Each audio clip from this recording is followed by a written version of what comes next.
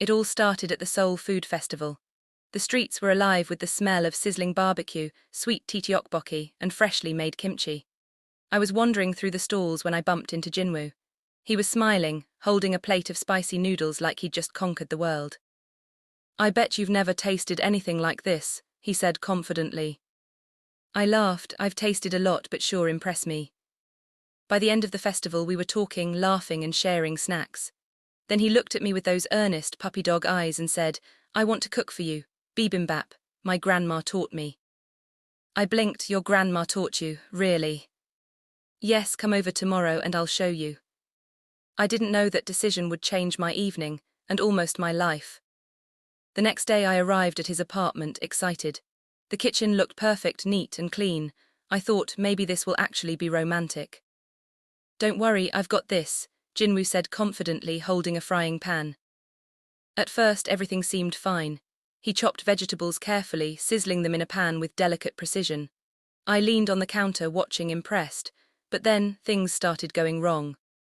A whiff of smoke made me cough. "Jinwoo, is something burning?" No, it's fine," he said, waving it off, but the smoke alarm betrayed him. The next thing I knew, the pan slipped from his hands, kimchi flew across the kitchen, and soy sauce spilled everywhere. Smoke filled the room. My beautiful Korean bibimbap was turning into a disaster. I couldn't help it, I laughed, loudly. "Is this supposed to happen?" I managed between giggles. I can fix this, just give me a second," Jinwoo shouted, looking panicked but adorable. He scrambled around, grabbing towels, trying to save the meal, and in that moment I realized something. He was trying so hard, not just to make bibimbap but to impress me, to make me happy. And yes, he was failing spectacularly, but his heart was in it. I sighed, still laughing, and walked over to hug him. "You know what?" I said softly, "it doesn't matter.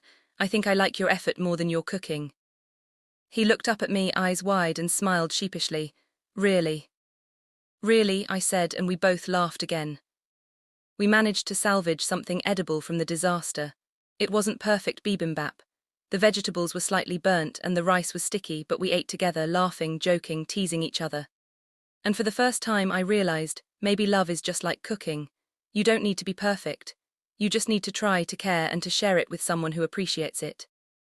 After dinner he looked at me and said, "Next time I promise it will be perfect." I rolled my eyes, teasing, Sure, I'll believe it when I see it."